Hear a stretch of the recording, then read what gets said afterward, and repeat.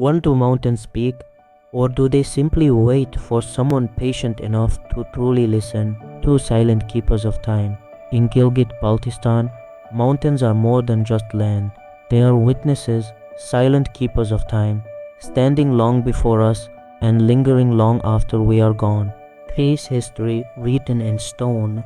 Each mountain holds a story carved over centuries by wind, ice, and human footsteps. They've watched civilizations rise, caravans traverse treacherous paths, and empires fade into memory. For a lesson in humility, standing before these giants, you don't just see stone and snow, you feel humility, a reminder of how small we are and how vast time truly is. Where mountains converge.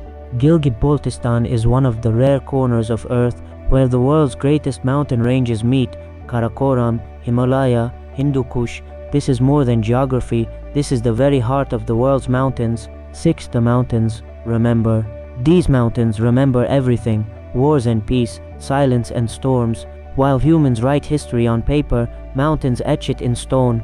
The stillness speaks. Perhaps mountains don't speak in words. Perhaps they speak through stillness, through patience, through the quiet lesson that some stories are not meant to be rushed. 8. Silence in a noisy world. In a world obsessed with noise, speed, and constant distraction, these mountains choose silence.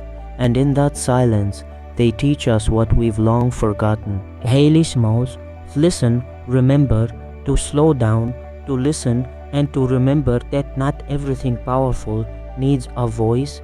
10. Do you hear them? So tell me, do you believe mountains speak, or have we simply forgotten how to hear them? Subscribe for more untold stories from the mountains.